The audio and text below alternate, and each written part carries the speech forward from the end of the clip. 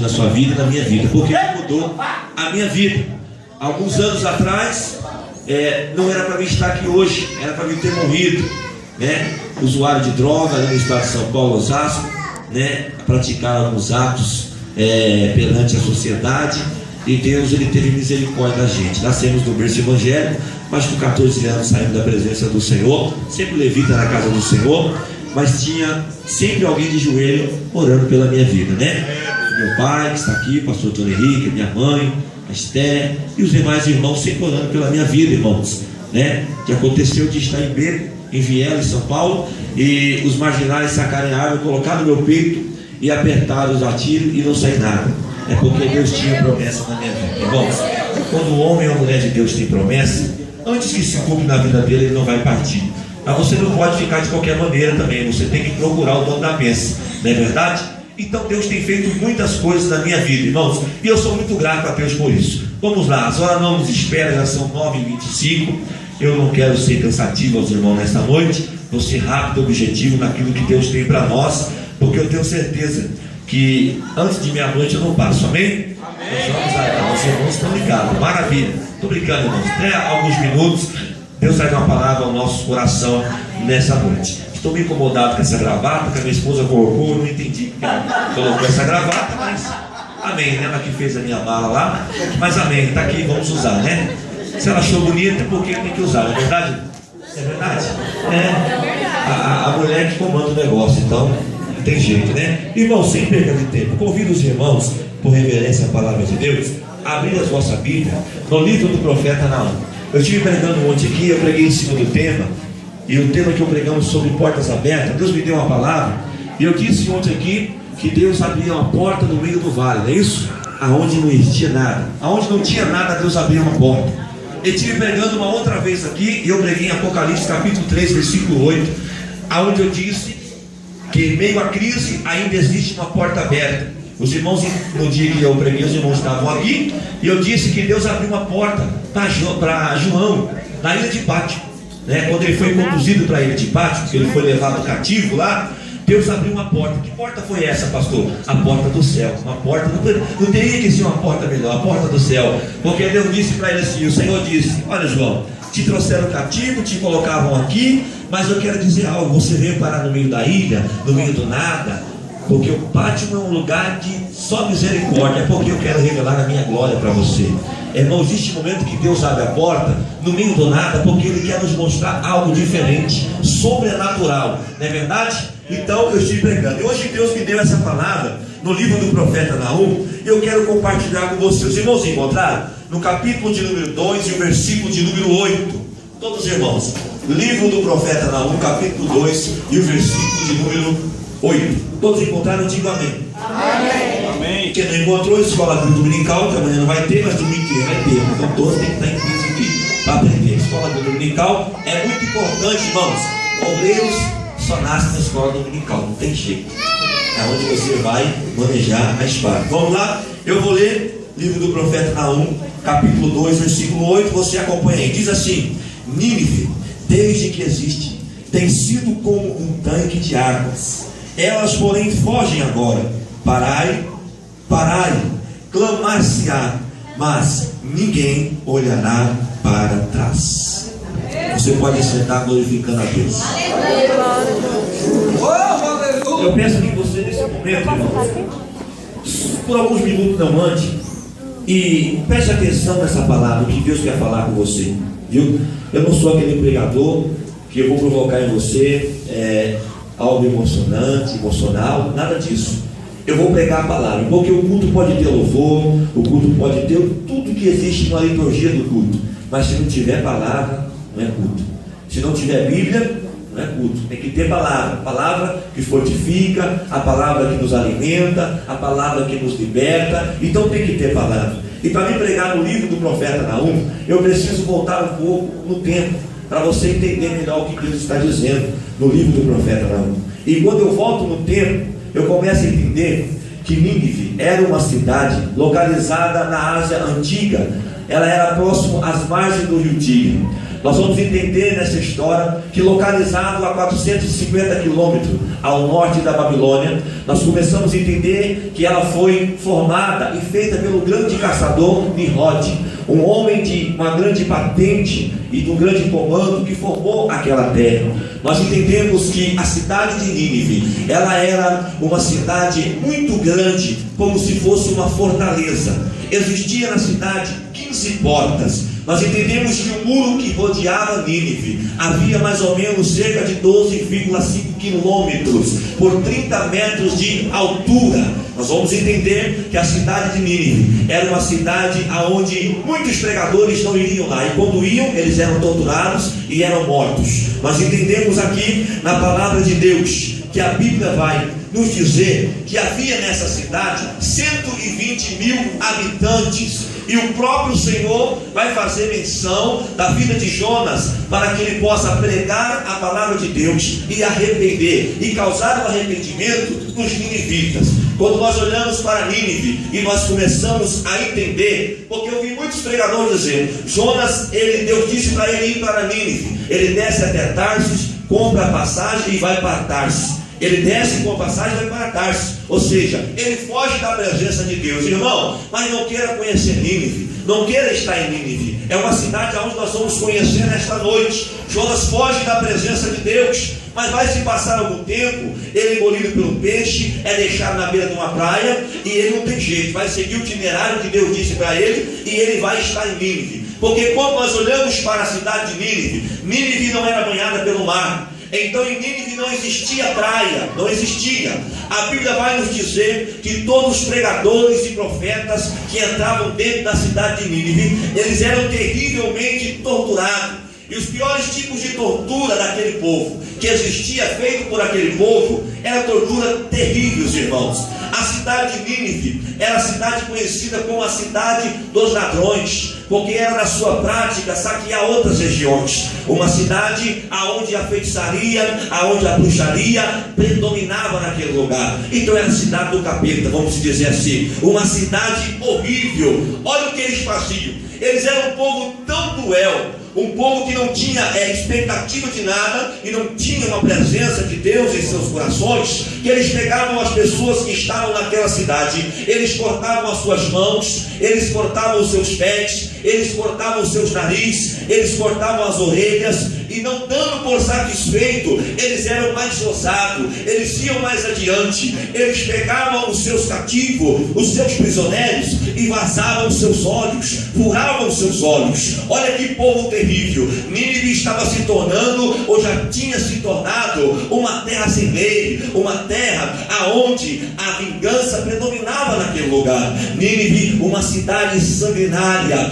Ali nós vimos um lugar aonde muitos sangues inocentes jorravam pelo chão. A Bíblia nos diz que eles eram tão atrevidos, irmãos, que além de vazar os olhos dos seus cativos, eles pegavam os seus prisioneiros e cortavam a sua cabeça, e cortando a sua cabeça, eles faziam pirâmide com as suas cabeças. Olha que terrível que eles eram usados pelo demônio mesmo, sem dúvida. Eles faziam ali uma grande pirâmide com a cabeça dos seus prisioneiros. E não dando ainda por si vencido, a história contemporânea, ela vai nos dizer que agora eles pegam aqueles homens que pregam a palavra e que pregam o evangelho, eles serram ele ao meio, e além de serrar ao meio, eles vão fazer escalpo com o corpo daquelas pessoas, vão jogar em óleo fervendo. Olha que terrível. Aí eles vão mais adiante com a crueldade deles, eles pegam ainda alguns moços vivos que estão cativos e começam a colocar em linha de frente, e começam a arrancar a sua pele como eles vivos. Eles vão desfiando cada um daqueles homens como eles vivos. A terra de Nínive, uma terra sem lei, uma terra onde muitos homens e mulheres de Deus que passaram por ali e pregaram o evangelho foram torturados pelo amor e pela palavra de Deus. Nós começamos a entender que quando Deus ele ordenou que Jonas, que ele fosse pregar em Nínive, eu quero dizer isso, não está escrito na Bíblia, mas eu começo a entender que o medo se apoderou da vida de Jonas, porque ele pensou que estava sendo condenado à morte. porque ele falou: meu Deus, tantas pessoas que foram para aquela terra, para aquele lugar chamado Nínive, e quantos que morreram, todos que foram lá foram torturados, eles mataram meu pai, arrancaram o pescoço de meu pai, eles fizeram coisas terríveis e abomináveis aos olhos do Senhor. Mas Deus diz: Jonas, eu tenho algo muito grande contigo, filho. Vai à cidade de Nínive, entra naquela cidade, porque eu tenho uma obra muito grande para fazer dentro da cidade de Nínive. Jonas diz: Deus, eu penso no meu íntimo que agora eu estou sendo condenado à morte, porque todos que passaram por lá um dia, eles morreram, eles pereceram. Nínive é uma cidade que está tomada pela bruxaria, pela feitiçaria.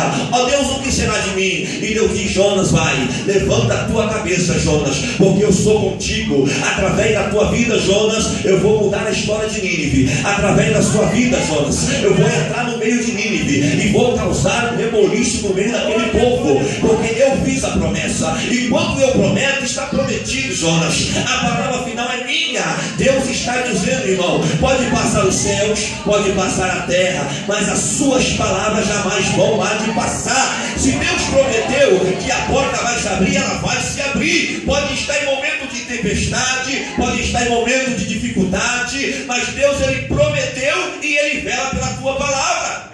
Deus estava dizendo para Jonas: eu sou contigo, filho, vai nessa caminhada, tenha ânimo. E Jonas, ele obedece à voz de Deus, porque ele passou por momentos difíceis quando entrou naquele navio, e aquele navio começou a se naufragar, parecia que ia pique afundar. Jonas se rebela e diz: olha, eu estou aqui, eu estou errado, eu sou errado, me lance para fora do navio, porque a história de vocês vai mudar. Quando ele é lançado pelo navio, os irmãos conhecem a história, vem um grande peixe e engole ele, vai passar 3 dias no ventre do peixe. Deus trabalha dessa forma, irmão. Agora chega numa situação, num momento em que ele não pode mais correr para a esquerda, que ele não pode mais correr para a direita, ele tem que fazer, executar aquilo que Deus ordenou para ele. Jonas cai em si, e ele diz: Deus, se o Senhor é comigo, então eu vou nessa caminhada. Ele vai para Nínive. Quando ele chega em Nínive, ele começa a chamar a atenção dos ninivitas. Ele começa a pregar a palavra para os ninivitas. Irmãos, que coisa mais interessante, quando Deus está no negócio, e quando eu digo que é pelo poder da palavra que somos mudados e restaurados, eu digo sem dúvida de errar e sem medo de errar. Por quê? Porque quando Jonas entrou em Nínive, ele começou a chamar a atenção daquele povo. Ninivitas, chegai-vos a mim. Ele começa a pregar o evangelho àquele povo. Quando ele começa a falar a palavra de Deus e começa a pregar a palavra de Deus, a reação daquele povo já começa a ser diferente. Não é mais aquela reação agressiva como todos os profetas que iam pregar por lá e eles matavam. Não, a reação dos ninivitas agora é reação diferente, reação de estar atento e observando o que Jonas está dizendo. Jonas começa a dizer para eles: vocês têm que arrepender dos vossos maus caminhos, porque Deus vai mudar a história de vocês. Ele começa a pregar o evangelho, ele vai plantando a semente em cada coração. A semente está sendo lançada, vai no coração de um, vai no coração de outro. Ele começa a gostar daquele negócio e ele diz: é por aqui, a porta está se abrindo por aqui. E quando ele vai pregando, os ninivitas vão chegando diante dele e ele começa a pregar o evangelho. Aquele povo começa a se ajoelhar, se deleitar diante da presença do Deus Todo-Poderoso. Jonas começa a ver algo diferente. Ele começa a dizer: meu Deus, esse povo agora está começando a aceitar, a receber a tua palavra. Irmão, quando Jonas começa a pregar e começa a profetizar para aquele povo como gente grande, Deus começa a trabalhar no coração de cada um. Há um rio de água viva que vai caindo sobre eles. Eles vão se prostrando de joelho, eles vão entendendo o que Deus quer fazer na vida deles. Agora estão todos arrependidos, porque a palavra fez eles ter um arrependimento. Eles agora estão todos arrependidos, e quando eles estão arrependidos, Deus perdoa todos eles. Olha que interessante, o povo fez algo abominável aos olhos de Deus, perseguiu o povo de Deus, coisas terríveis e cruel que eles fizeram para aqueles profetas que ali estiveram. E agora Deus perdoa o povo. Jonas, ele começa a se indignar. Não está escrito na Bíblia, é uma simbologia para você entender. Jonas começa a se indignar e ele começa a dizer: Deus, eu não acredito nisso.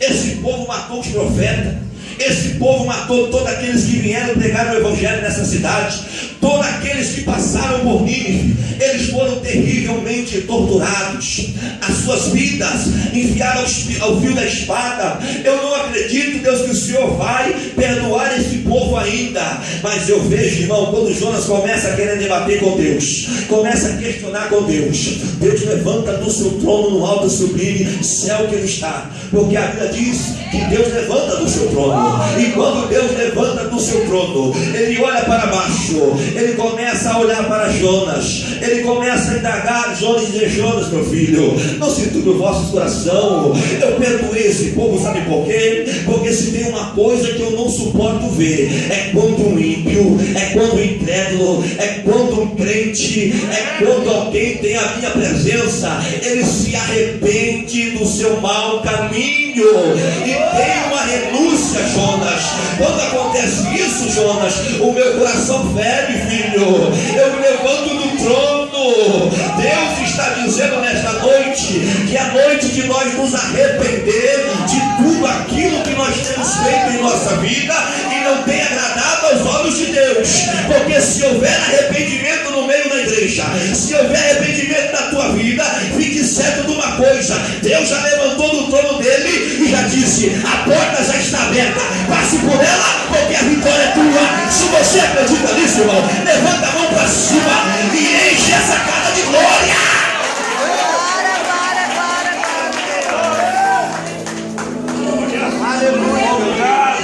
Escute uma coisa: estamos vivendo uma época do cristianismo em pleno século 21, aonde está sendo pregada uma teologia da prosperidade, aonde os ministros têm pregado aquilo que as pessoas querem ouvir. Eles têm pregado para encher o ego das pessoas. Mas eu quero dizer algo para você nesta noite, irmãos. Ainda que eu venha aqui só essa vez, mas eu sou profeta de Deus, e eu tenho um compromisso com a verdade, compromisso com meu Deus. E se nessa noite Deus está mandando dizer que nós temos que arrepender dos nossos maus caminhos, porque muitas das vezes estamos na igreja há 50 anos, temos carteirinha há 50 anos, mas ainda precisamos ser voltados pela presença de Deus.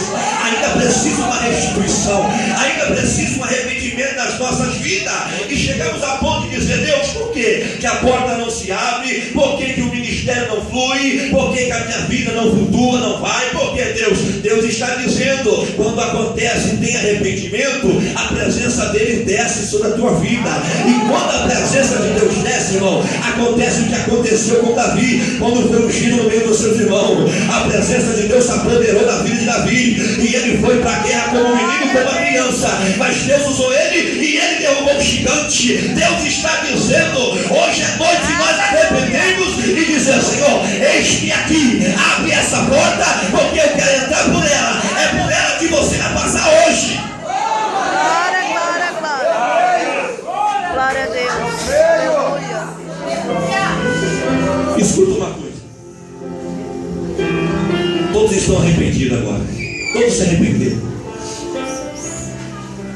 Vai se passar o tempo, vai se passar a época. Agora estamos no livro do profeta Naum, onde acabamos de ler. Aqui nós encontramos os descendentes dos ninivitas. Entende?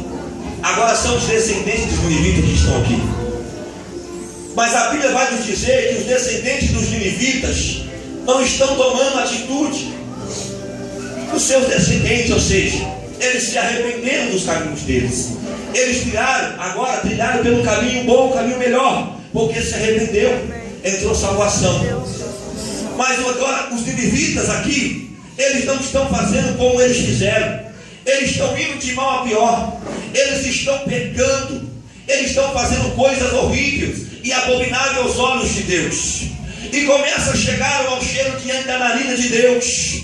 Deus mais uma vez vai se manifestar, mas agora ele se manifesta de uma forma diferente. Ele chama o profeta Naum, e quando ele chama o profeta Naum, ele diz: olha assim, profeta, é o seguinte, você vai entrar lá e você vai dizer para o povo que o mau cheiro tem chegado diante das minhas narinas. O negócio lá não está muito bom, a coisa lá não está andando certo, está indo de mal a pior. eles não estão tomando a mesma direção ou o mesmo rumo que tomaram os descendentes deles. Não estão. O tiro está saindo pela culatra. Eles estão totalmente fora da posição. Eles estão fora da visão. Precisa algo ser feito naquele lugar, profeta. Eu vou enviar você, profeta Naum, e você vai dizer para eles, você vai profetizar para eles, vai dizer para eles que a espada de Deus, ela vai penetrar na medula da alma. E a espada de Deus, quando ela penetra, não tem jeito, ela corta para lá, ela corta para cá, e o negócio tem que chegar no lugar, tem que chegar na posição. Deus envia o profeta Naum. Quando o profeta Naum chega lá, ele vai dizer para ele o que está escrito no versículo número 8: em Nínive desde que existe, tem sido como um tanque de águas, eles porém fogem agora. Parai, clamar-se-á, mas ninguém olhará para trás. Olha que interessante, o profeta Naum chega profetizando isso na vida deles. Agora nós vamos entender que se aquela cidade, ela era banhada pelo rio Tigre, aonde existia um tanque dentro daquela cidade. O tanque que existia dentro da cidade, havia muita água dentro dele. Aquela água que estava lá dentro, ela não tinha todinha a cidade. Ela gerava energia elétrica, ela gerava energia hidráulica, ela gerava para lavouras, ela gerava para as indústrias. Aquela água que estava dentro do tanque, ela abastecia toda aquela cidade. Eles eram dependentes daquela água. Aí Deus começa a usar o profeta Naum e vai dizendo para eles, vai chamando a atenção dele e vai dizendo: ei povo, é hora de vocês parar, é hora de parar, não é hora de você correr, não é hora de você pular, não é hora de você chorar. Não, Deus está dizendo: parai, é momento de vocês parar e refletir o que vocês estão fazendo. É momento de reflexão na tua vida.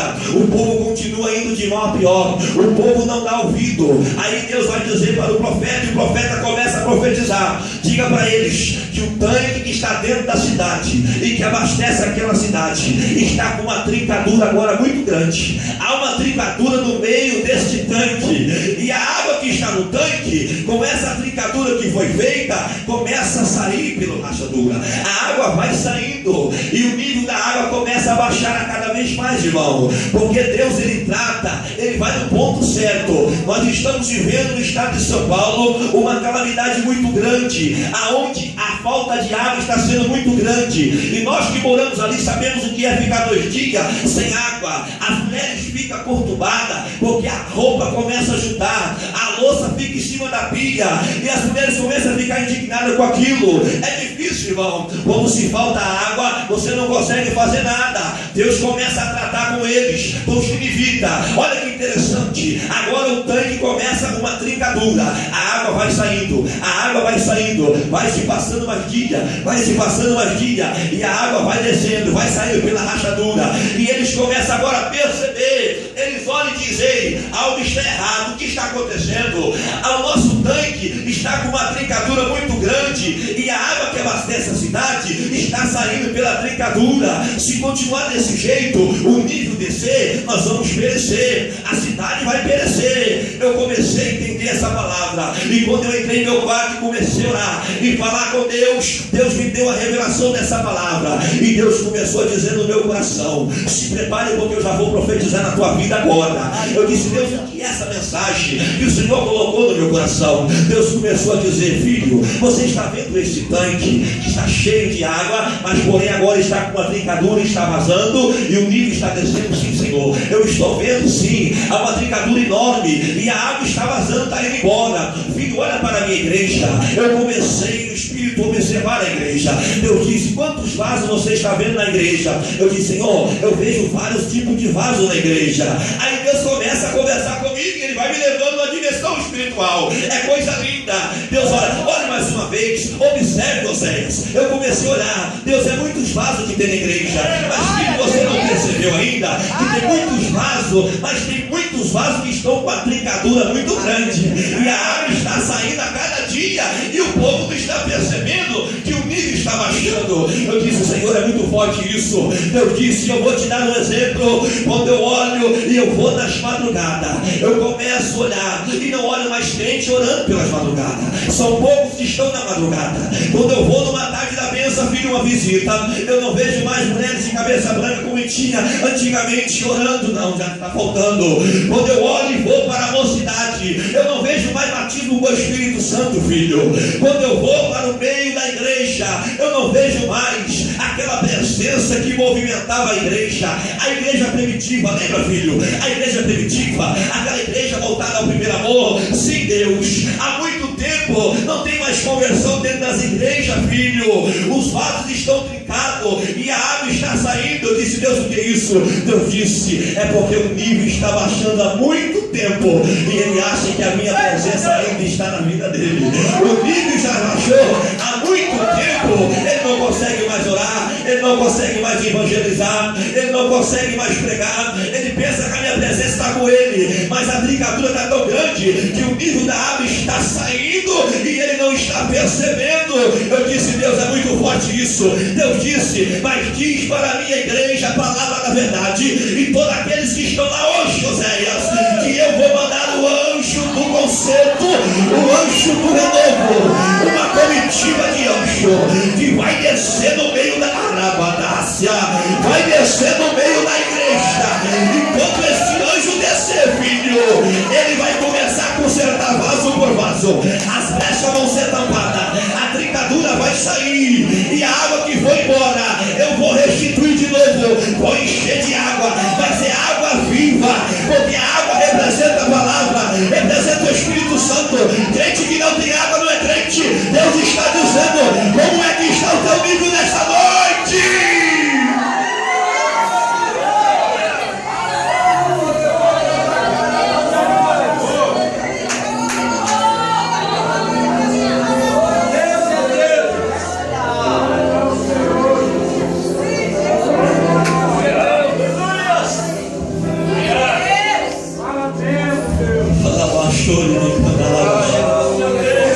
Eu te pergunto, como está o nível aí na sua vida hoje? Será que ainda existe um pouquinho de água aí? Porque Deus vai abrir as torneiras do céu, irmão. Quem é espiritual e pentecostal vai contemplar uma cachoeira que vai descer.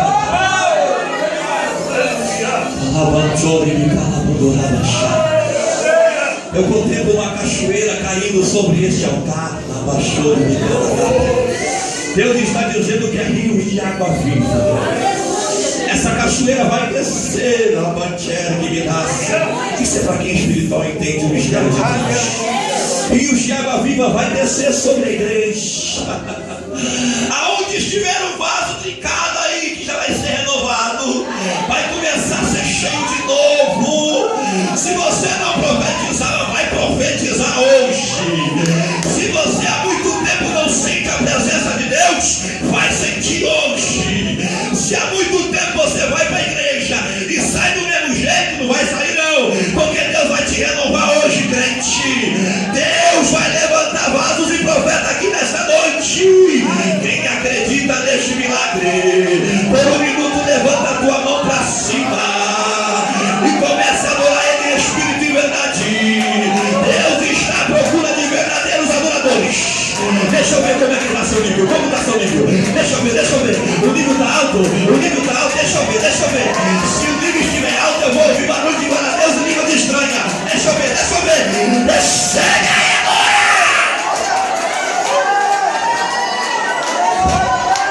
Olha aí, ó. Tem pessoas que o nível já está ultrapassando, irmão. Tem pessoas que vai ser diferente aqui. Tem glória a bandeira de Minas. A trincadura vai sair. A sua história vai mudar. Você é profeta, irmão. Você é vaso de honra, tem que ter honra. Deus te chamou na terra para fazer a diferença. É noite de você parar. Não é noite de você correr. Não é noite de você pular. Não é noite de você profetizar. É noite de você parar e dizer: Deus,